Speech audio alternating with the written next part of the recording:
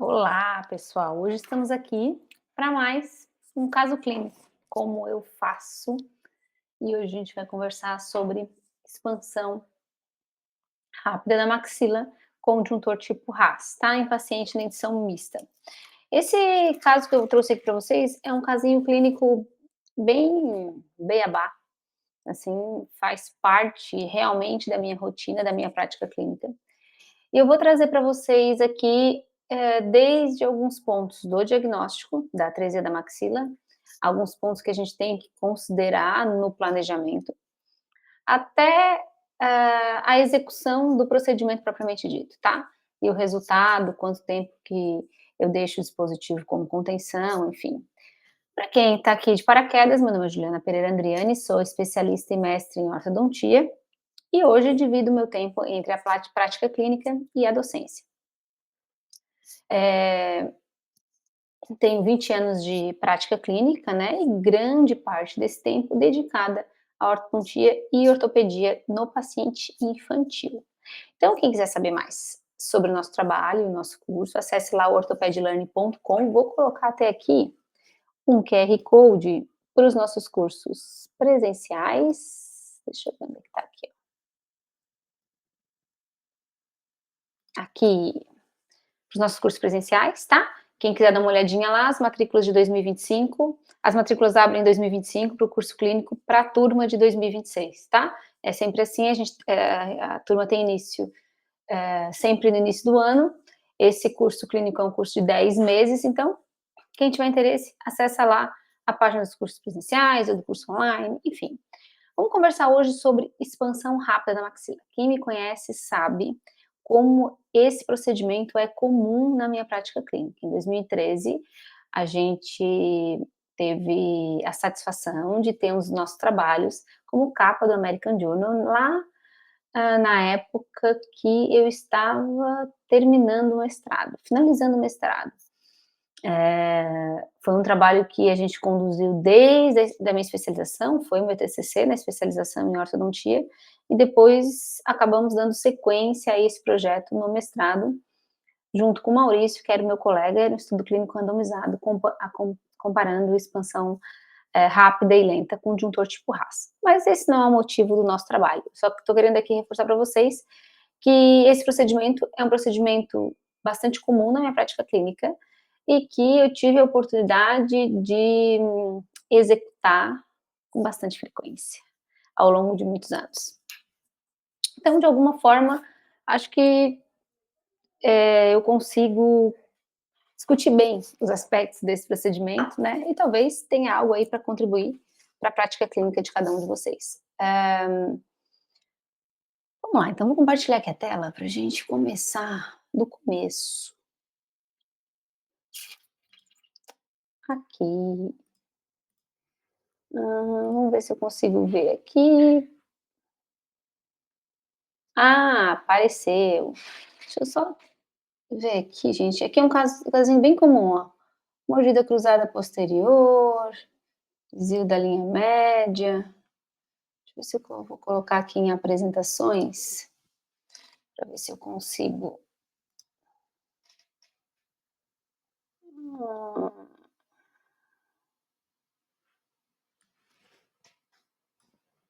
Trabalhar ele lá. Joia. Vou tirar aqui o QR Code do curso presencial.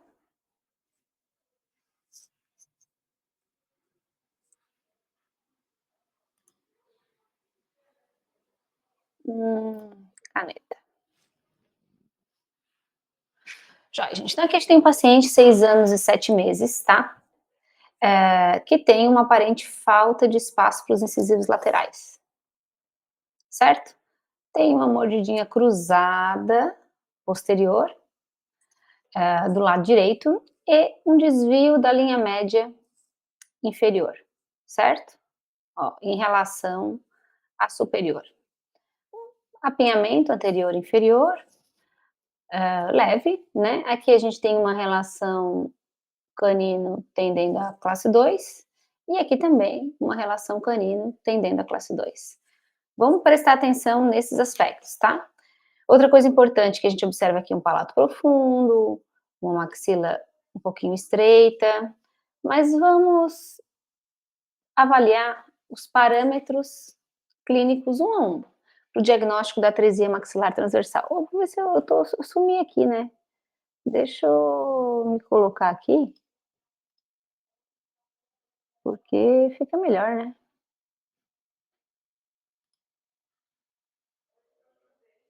Hum, ok. Vamos avaliar os parâmetros do diagnóstico da atresia maxilar transversal. Lá no curso de expansão rápida da maxila, na Orthoped Learning, o curso online, a gente fala sobre isso. Na verdade, vão ter muitos casos que são casos que a gente fala que são borderline, né, que vai te deixar na dúvida no diagnóstico da atresia, que alguns profissionais vão fazer, vão conduzir com expansão rápida e outros não. A grande questão é que não tem um único fator que nos conduz à expansão rápida.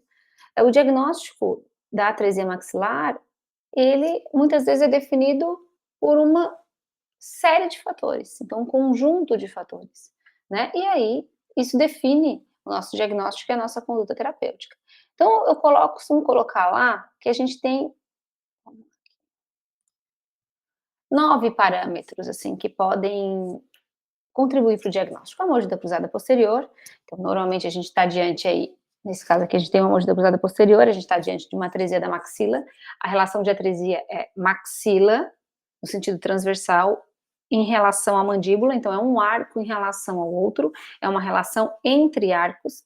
Eu também posso fazer esse diagnóstico avaliando a borda ala, desvio da linha média inferior, corredor bucal amplo e escuro, palato estreito e profundo, apinhamento, relação de classe 2, classe 3 e respirador bucal. O que quer dizer isso? Que todos esses parâmetros podem ou não estar associados à atresia. Claro, o que é mordida cruzada posterior? Dificilmente não está, né? É, porque a mandíbula é larga em relação à maxila, não necessariamente a maxila é estreita por si só, né, mas a gente vai ter uma relação insatisfatória entre elas. Mas as demais, nem sempre estão associados a uma necessidade de expansão. Então o que eu faço é colocar aqui alguns parâmetros para o aluno, para que o aluno fique atento e preste atenção diante dessas características clínicas, se há ou não necessidade de conduzir com expansão maxilar ou rápida ou lenta. Então, nesse caso, nesse paciente aqui, a gente tem mordida cruzada posterior, então o diagnóstico já está fechado. Tem atresia, vai precisar de expansão. Se a gente fosse olhar a relação da borda ao ala, então tem pacientes que não têm mordida cruzada posterior, a borda ao ala é uma linha, assim, fica acima dessa linha esbranquiçada, aqui eu coloquei uma linha azul em cima, que delimita a mucosa ceratinizada da mucosa alveolar. A borda ao ala é maior diâmetro da mandíbula, certo? É a maior dimensão da mandíbula no sentido transverso.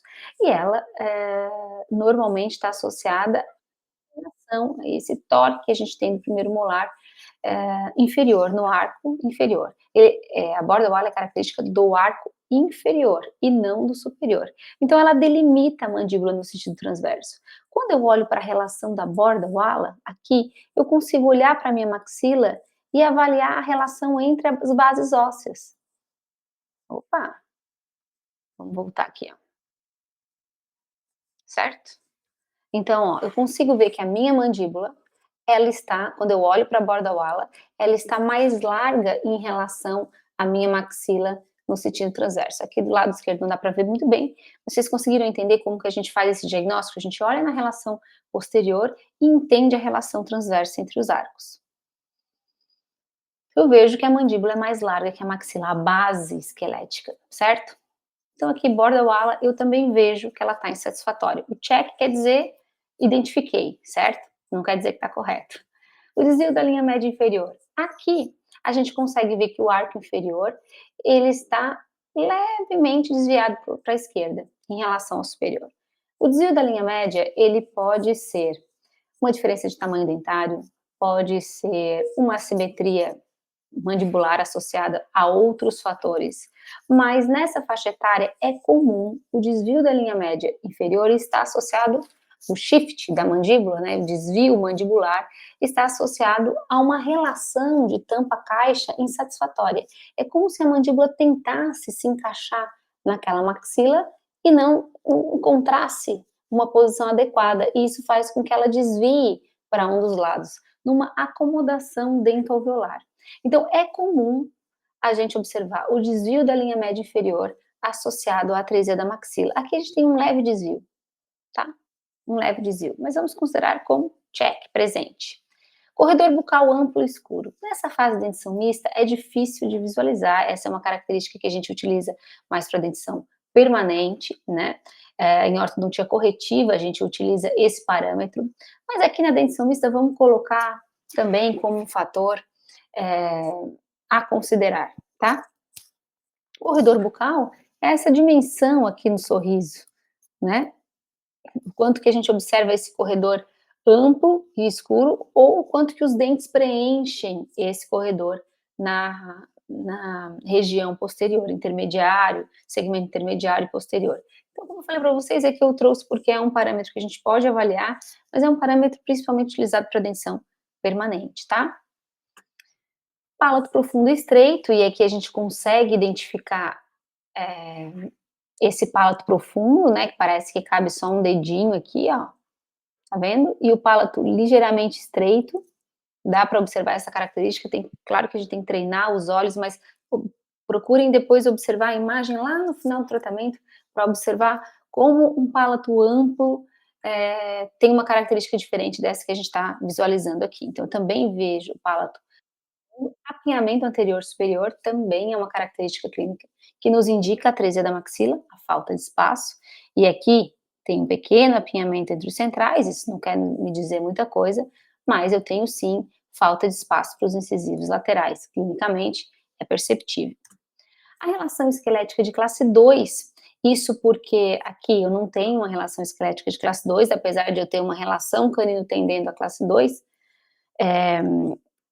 não está bem encaixada, ali ela já é classe 2, né, se eu não me engano, mas não é esquelético, essa classe 2 ainda tem uma relação anteroposterior normal. Por que eu coloquei ele aqui? Porque é comum a gente ter atresia da maxila associado ao paciente classe 2, que tem retrusão mandibular.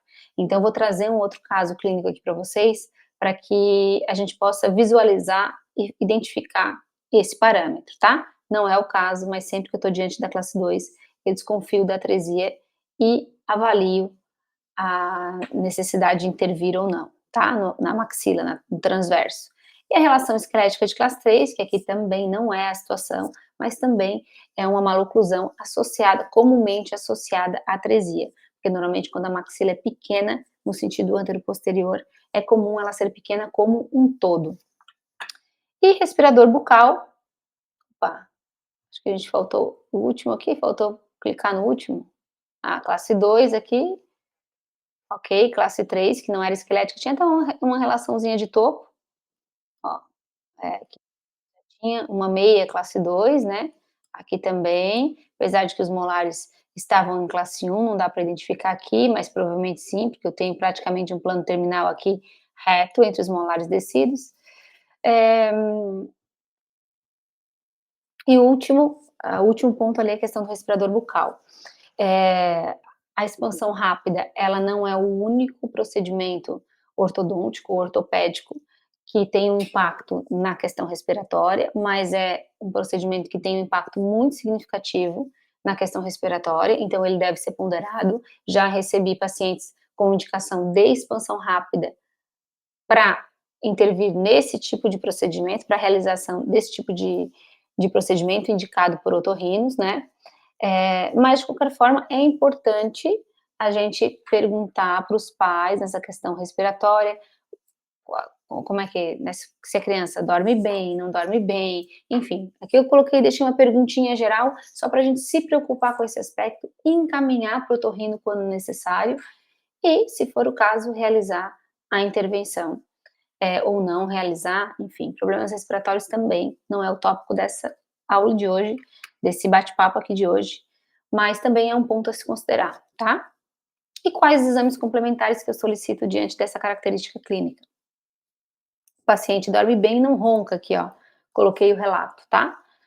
Documentação solicitada, normalmente eu solicito radiografia panorâmica, tele lateral, as fotos extraorais frente, perfil frente sorrindo, intraorais lateral direita e esquerda, oclusal superior e inferior e modelo escaneamento. Esses slidezinhos que eu trouxe aqui para vocês, uns slides de uns exercícios que tem lá no nosso curso online sobre expansão rápida da maxila, por isso que tem aqui no próximo slide exercício diagnóstico. Bom, por que que eu peço essas fotos? Porque ele é um registro inicial do caso. Nesse caso específico, tá, gente, ele não tinha panorâmica, mas ele tinha uma tomografia. Era um dos pacientes que participaram da amostra e apresentavam e tinham como documentação a tomografia computadorizada dessa amostra que eu comentei lá atrás, desse trabalho, estudo clínico randomizado que foi publicado, enfim, há uns 11 anos atrás. Por isso que esse caso é um caso mais antigo, então por isso que o corte da panorâmica, na verdade, é um corte tomográfico. A gente consegue observar, todos os dentes estão aqui, tudo certo, que a gente tem falta de espaço pro incisivo lateral. Qual é o ponto importante aqui? Nessa situação clínica, quando eu tenho falta de espaço no arco superior, o melhor momento de intervir é esse que a gente está vendo aqui, com os 4 incisivos permanentes e rompidos e os 2 centrais e rompidos. Por quê? Porque quando eu faço a expansão rápida nessa situação aqui, eu obtenho espaço imediato, o lateral irrompe e ocupa o espaço suficiente para ele. Quando eu tenho falta de espaço para o incisivo central permanente irromper, ele reabsorve central descido, lateral descido e irrompe, sem grandes problemas. Quando eu tenho falta de espaço para o lateral permanente irromper, ele ou reabsorve parcialmente o canino, ou ele reabsorve grande parte do canino, fazendo com que esse dente tenha uma esfoliação precoce e se espalha na região do canino, às vezes até com diastemas, e isso faz com que a gente precise de intervenção precoce no segundo período transitório para organizar o espaço para o canino. Então, o problema de espaço na região anterior, ele é muito mais importante na erupção do incisivo lateral do que do incisivo central. E entre a erupção do central, do incisivo central permanente para o incisivo lateral permanente, a gente tem um intervalo. Deixa eu voltar aqui para mim. A gente tem um intervalo de aproximadamente 8 meses, 1 ano. Parem para pensar. Quando começa o primeiro período transitório e quando termina o primeiro período transitório. O incisivo lateral é o último dente a irromper. E entre o lateral e o central, a gente tem um tempinho um pouquinho mais significativo, intervalo de tempo mais significativo entre a erupção desses dentes, podendo levar até 1 ano às vezes. Às vezes o paciente começou a trocar os incisivos perto dos 5, 6, 5,5, 6 anos e vai romper o lateral próximo aos 8, às vezes 8,5, né? Às vezes por falta de espaço, atrasa um pouquinho a erupção, mas quando a gente intervém por falta de espaço na erupção do central, isso pode fazer com que a gente fique muito tempo com o dispositivo em boca ou que obtenha espaço para o central e depois, dentro de 1 ano, tenha que fazer um novo procedimento para obter espaço para o lateral. Ah, Juliana, mas se esse paciente aqui então tem mordida cruzada, tu quer dizer que deveria ter esperado até esse momento? Diante do diagnóstico da mordida cruzada posterior, eu vou intervir no diagnóstico, a partir do momento que eu identifiquei a maloclusão. Agora, se o meu problema for só falta de espaço, a gente consegue otimizar o resultado desse procedimento se a nossa intervenção for mais próximo à erupção do lateral. E aí o dente próximo a 2/3 de raiz formada, ou quando eu tenho os 4 inferiores e os 2 centrais. Certo? Vou voltar aqui para o meu caso para a tela. Acho que deu, né?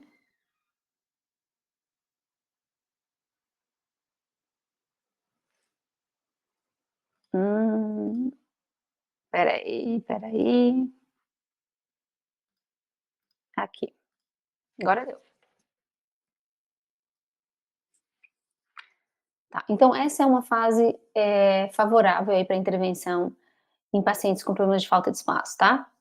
Aqui não vou entrar nos parâmetros cefalométricos, aqui vou entrar num parâmetro de diagnóstico, baseado numa amostra do McNamara. O que que ele fez? Analisou, ah, o McNamara tem muitas publicações, né, na literatura sobre desenvolvimento normal da oclusão, amostra em termos de média, em termos de normalidade, de parâmetros, né, eh, e ao longo do crescimento, pacientes com diferentes faixas etárias, enfim.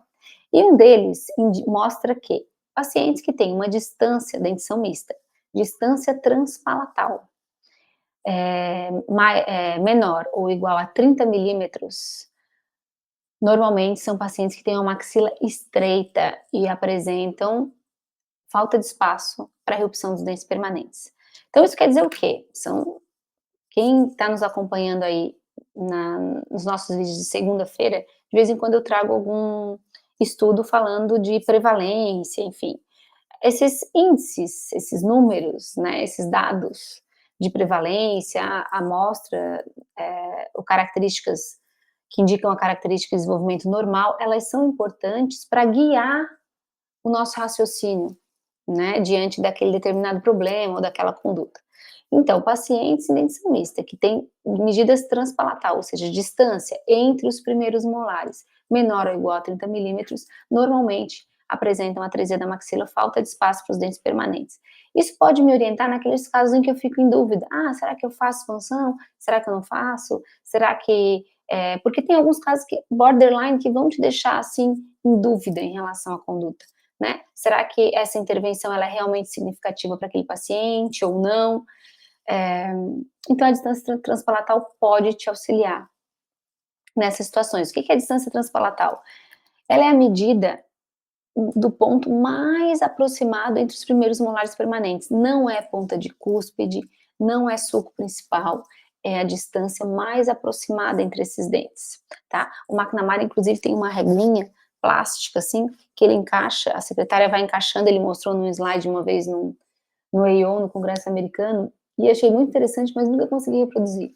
Ele tinha uma reguinha como se fosse aquelas reguinhas de endo, cortadas em 30 centímetros, num guia, assim, e a secretária ela vai, ao preencher a ficha, ela já posiciona a reguinha e já avalia se está dentro ou se está fora dessa distância de 30 milímetros. Aqui, por exemplo, a gente tem distância de 29.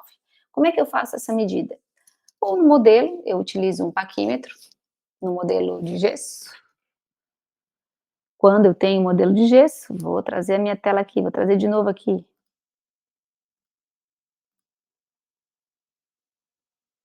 Opa, sumi?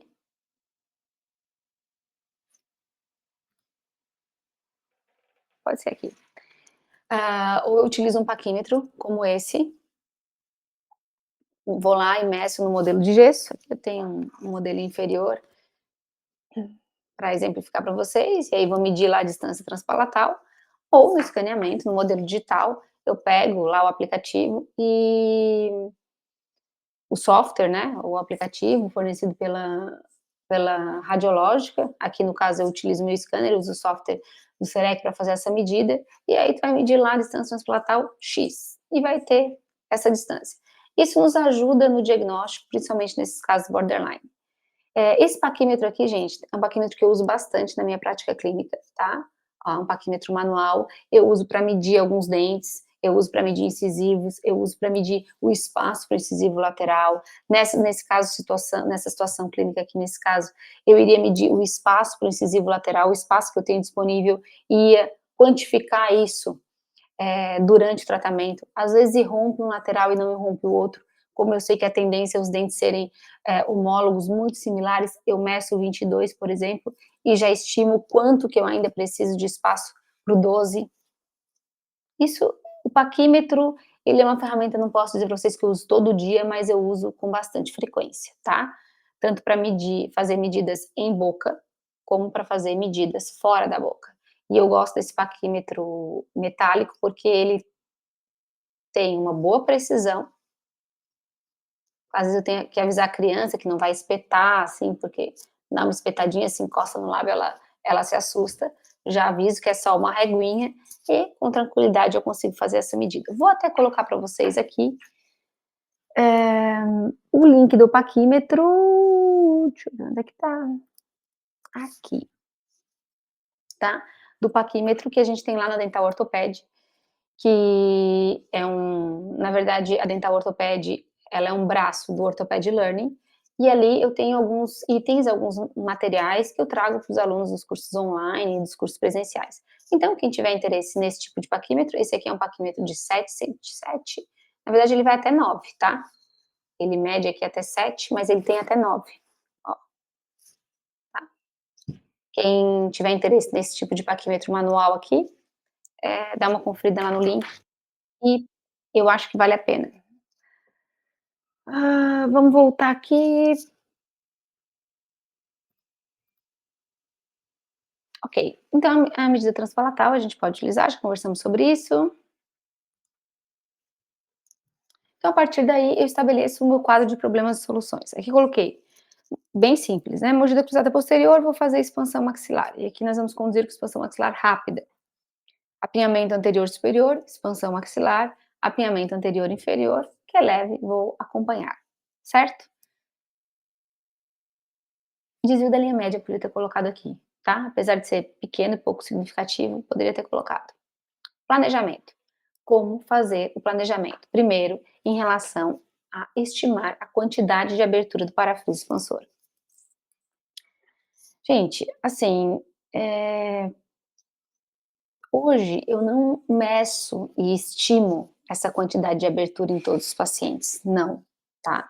Mas essa continha que eu vou trazer para vocês, ela nos ajuda no início de carreira, quando a gente ainda não tem segurança para olhar e definir uma média. Na prática, a média que a gente abre do parafuso é em torno de 8 milímetros, na prática. 8 milímetros dá 20 ativações. Então, na prática, se a gente ativa 2 vezes por dia, vai dar mais ou menos, não, vai dar 8 milímetros, cada milímetro dá 4 ativações, vai dar 20 dias de ativação, 19 dias de ativação, tá? Isso vai dar quase 40 ativações, certo? 4 vezes 8, 32, 32 ativações. Então vai dar cada 1 milímetro de abertura no parafuso, se for um parafuso da Morelli, é 0,25, então vai dar 4 quartos de volta. Então, uma média, a gente vai ativar 20 dias, 19 a 20 dias, tá? Mas no início, às vezes, alguns pacientes mais, outros menos. Hoje tem paciente que eu ativo 7 ou 6 milímetros. Então, como é que eu vou fazer para planejar essa quantidade de abertura? A grosso modo, só para a gente ter um guia, tá? Isso me ajudou no começo. Então, no começo a gente precisa de protocolo. Para a gente ter um guia, vou trazer para vocês aqui uma sugestão. Medir a ponta de cúspide palatina dos molares superiores, primeiros molares, e medir a distância entre as cúspides vestibulares dos primeiros molares inferiores. Aqui está no molar descido, porque a foto não vai até lá o primeiro molar permanente, tá? Isso só para a gente ter uma ideia. Isso quer dizer que, se eu não for fazer, conduzir com uma mordida cruzada vestibular, que é difícil de manejar na dentição mista, então se eu for expandir até um limite clínico aceitável, que fique fácil o meu manejo daquela maloclusão, que a recidiva vai, vai fazer com que essa relação oclusal se restabeleça, né, entre dentes, eu tô falando. Então vamos falar aqui uma continha simples, entendeu? Uma forma simples, os casos padrão, tá? Convencionais. Então, quando eu meço a cúspide palatina dos primeiros molares permanentes, eu sei que lá no final ela vai parar nas cúspides vestibulares dos molares inferiores. Porque se eu passar disso, eu vou causar uma mordida cruzada vestibular, e nem sempre é fácil manejar essa relação de intercuspidação com mordida cruzada vestibular. Então, de maneira geral, a gente evita fazer broad, é mais fácil a conduta clínica, o manejo do caso. Então, se eu sei a distância das cúspides palatinas, que aqui é 31, e vai até lá a cúspide vestibular do inferior, que aqui é 39, como eu falei para vocês, aqui é molar descido, então o certo seria medir daqui até lá, que não dá para ver, vamos contar aí mais 1,5 mm, 2, 42, eu já sei a distância que ele vai percorrer, aproximado. Então eu vou ter a distância do inferior, 39 menos 31 aqui, que vai dar 8. Fazer 4 quartos de volta no primeiro dia, esse é o protocolo que eu costumo utilizar na dentição mista.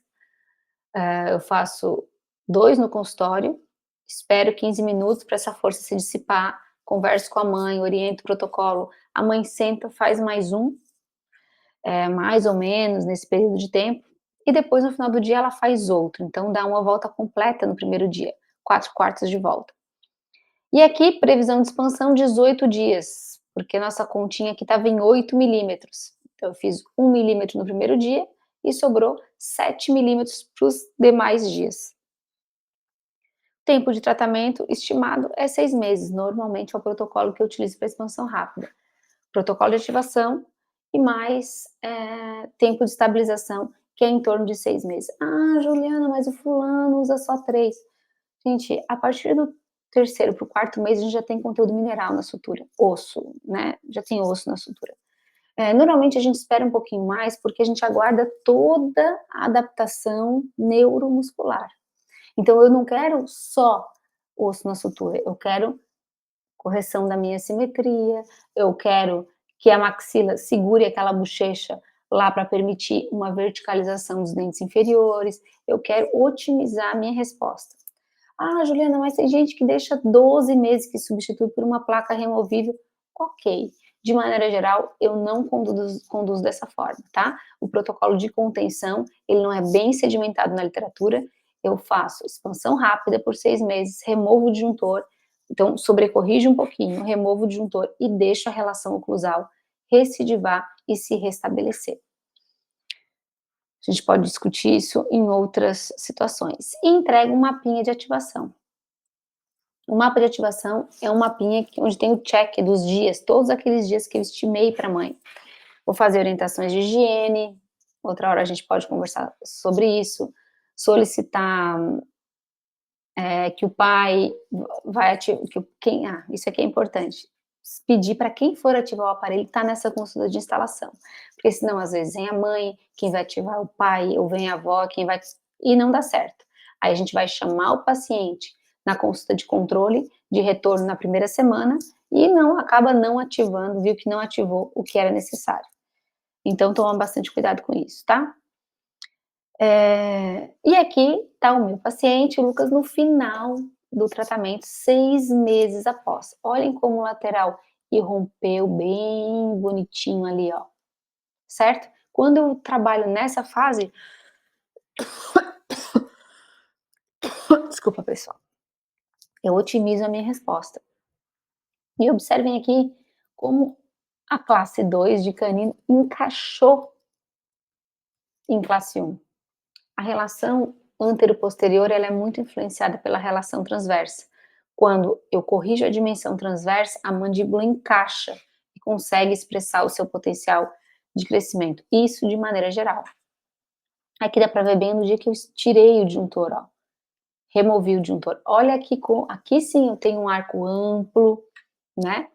E esses espacinhos aqui, esses diastemas, eles vão recidivar agora no período de contenção. De contenção não, pós-estabilização. Aqui, gente, como eu não tinha a fotinho do expansor do Lucas para mostrar para vocês, eu peguei uma outra foto de um expansor igualzinho ao que eu usei nele, tá? Aqui eu utilizei 4 bandas, expansor juntor tipo raso, e aqui esse paciente também abriu 8 milímetros, tá? E aqui o parafuso foi estabilizado, então eu estabeleci aquele protocolo, depois o parafuso expansor ele foi estabilizado com fio de amarrilho. O fio de amarrilho aqui é só um excesso de zelo, tá? Eu só vi o parafuso voltar, fechar numa situação clínica de uma colega que eu adoro, que ela trabalhou com disjuntor, né? O parafuso era um parafuso em leque. e tipo Hyrax, assim, e era um pouquinho diferente, ele não tem esses 3 braços aqui, ele tem um só. E realmente ali eu vi o parafuso voltando, tá, mas de maneira geral eu não observo isso, mas estabilizo por um excesso de zelo. Hoje eu não faço mais com 4 bandas, aqui eu faço com uma só, no primeiro molar permanente ou às vezes no segundo molar descido, e estendo um bracinho vestibular para o canino e colo com resina. Bom, então aqui está o paciente 6 meses após, tá. Olha como a gente ainda manteve uma boa relação dos arcos, aqui é depois, eh, 6 meses após a remoção do aparelho do parafuso expansor, né, e do aparelho disjuntor. A gente observa aqui a cronologia de erupção, né, erupção já do primeiro pré, dimensão transversa estabelecida, olha a linha média como melhorou, ainda não está 100%, mas a gente obteve uma melhora nessa relação, relação das borda wala, relação aqui da região posterior, da mordida cruzada posterior, também, eh, com uma boa estabilidade. Aqui, se a gente observar bem, for bem crítico, o canino está cruzando de novo. Não é que a relação aqui está recidivando nessa região, é que aqui o canino já tem mobilidade, tá? Nesse dia aqui, e o pré-molar irrompeu um pouquinho mais para o vestibular, tá vendo? E também isso contribuiu para uma mordida cruzada dentária, e aí cabe depois um diagnóstico diferencial. Ah, Juliana, precisa intervir aqui? Não, esse dente está esfoliando. Na verdade, ele nem está pegando muito aqui, ó. De frente é que tem essa percepção. Esse dente está esfoliando e essa mobilidade faz com que ele mude um pouquinho de posição e tudo bem. A rota eruptiva do canino permanente ela é por vestibular e a tendência é estabelecer normalidade. Bom, gente, então esse é o casinho do Lucas antes e depois. Aqui, 1 ano pós-tratamento, olha o apinhamento anterior e inferior, se manteve, agora na troca tende a melhorar, o aproveitamento do leeway space. E aqui a gente observa um formato de arco bem mais amplo, né, que possa acomodar o tamanho dos dentes permanentes. Espaço para os incisivos laterais, estão vendo como a gente otimiza a resposta nessa quando a gente trabalha, intervém nessa fase de tratamento, isso é muito legal. Então sempre que você for intervir voltei. Sempre que você for intervir, por problemas de falta de espaço e for pensar em expansão rápida da maxila, pense em otimizar esse procedimento, intervindo próximo à erupção dos incisivos laterais superiores, certo? Bom, por hoje era isso. Coloquem aqui nos comentários o tipo de caso que vocês gostariam de ver. Ah, Ju, já tratou assim, tu já fez isso, já fez aquilo. Quem sabe esse pode ser o tema do nosso próximo caso clínico aqui no canal. Nas segundas-feiras, lembrando que nas segundas-feiras a gente traz uma literatura comentada, um artigo científico que a gente discute. Na quarta-feira a gente está trazendo os casos clínicos, isso até setembro, e na sexta-feira a gente traz mais um episódio do nosso Ortopedcast. Um beijo. E curtam o vídeo e tal, nos apoiem aqui no canal, isso é importante para a divulgação do nosso trabalho. Até mais, tchau, tchau.